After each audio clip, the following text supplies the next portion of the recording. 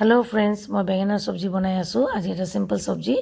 ইয়াৰ কাৰণে লৈছো মই আধা কিলো বেগেনাটো মই এনেদৰে কাটিছো আপোনালোকে অলপ মন কৰক মই ওপৰৰ পৰা কাটিছো যদিও তলৰখিনি মই জইনে ৰাখিছো फ्रेंड्स কাটাৰ পিছত আপোনালোকে চাব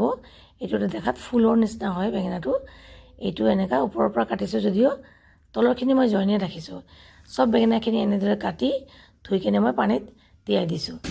এইফালে মই এটা কেৰাহীত এটা পাতলকে ডাঙৰ কাটা পিয়াজ দি লৈছো 4-5টা মান জলকীয়া কাটি লৈছো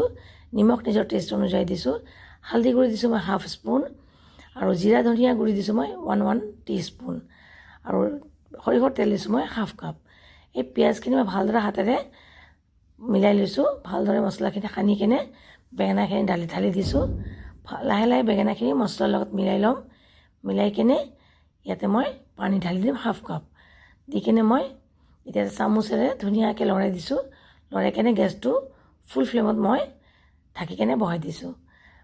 সবজিটো বইল হাত ঢাকনটো খুলি মই ইয়াত ধনিয়া পাত দি দিছো নিমখটো মই চাই লৈছো এই সময়ত তাৰপিছত আকৌ ঢাকি কিনে বহাই দিছো